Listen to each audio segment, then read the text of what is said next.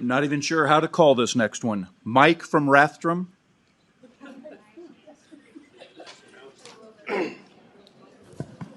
First off, the notion that I need to tell you my name and where I live to speak at a public meeting is deplorable.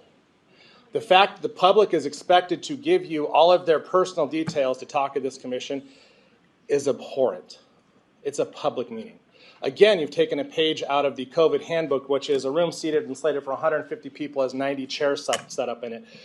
You all should fix the problems that you can fix, and before you tell me you're going to fix higher problems. The bias in this committee is disgusting from the beginning. You, Chairman, opened up with your announcements and used it as a bully pulpit that no one can interrupt you on to make statements about things that are your opinions. You should recuse yourself for that alone. Let's move on to the next problem we have with before this meeting started. Mrs. Deb Rose was allowed in the room previous to any other persons, then given the first position to speak, while the rest of us stood locked out of the room.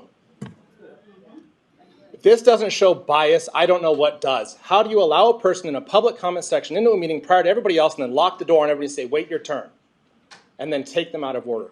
This is unacceptable. Your behavior needs to be accounted for, Mr. Chairman.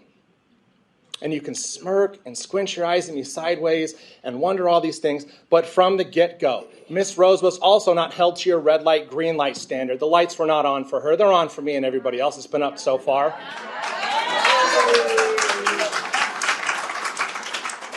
This bias is disgusting.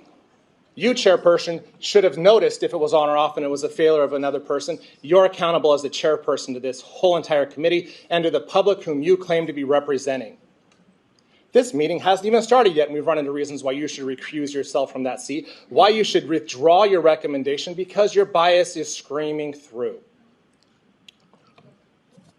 The position of an appointed county manager, which is really why we're all here, let's be honest.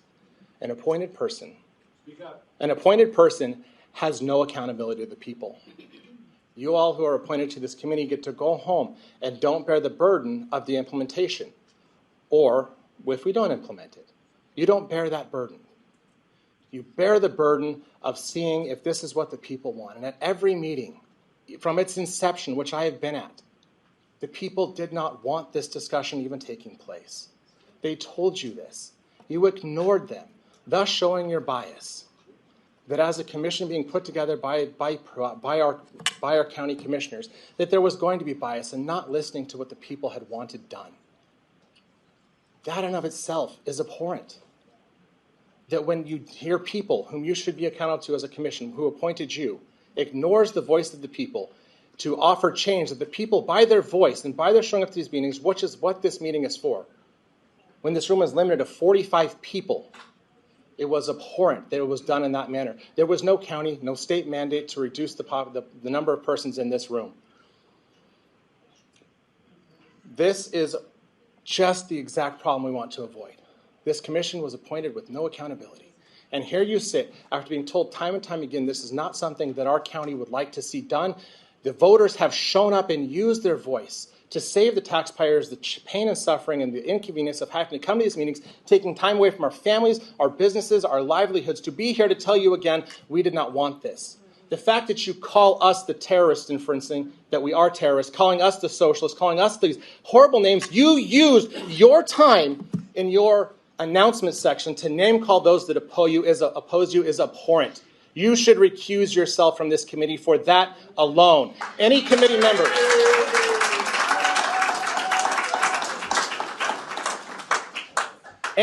member that did not stand against and oppose his statements, you should be held to the same standard, regardless of where you stand. When the chairperson is out of line, it is the duty of the committee to rein him back in and to censure him for his comments. This did not take place. This disappoints me. But again, there's no one you're accountable to when you walk away from this at the end of the day. And that, my friends, is the exact reason an appointed county position that you're discussing bringing in is so abhorrent, because no one's accountable. This committee was ignored the public from the very onset, just like the new position you'd like to generate as appointed will do. Our elected officials ignore the people, and we will bring them out of the office when it comes time for that by the appointed method. You are true and correct in stating that it takes longer to get the bureaucrat elected out than it does the appointee.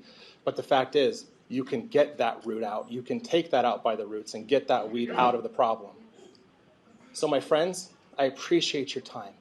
I completely do not respect someone that does not respect the population they're claimed to represent. Yeah. Dave, you should step down this instant. We love you, but your time's up. It doesn't matter. They only hold it for people they don't like.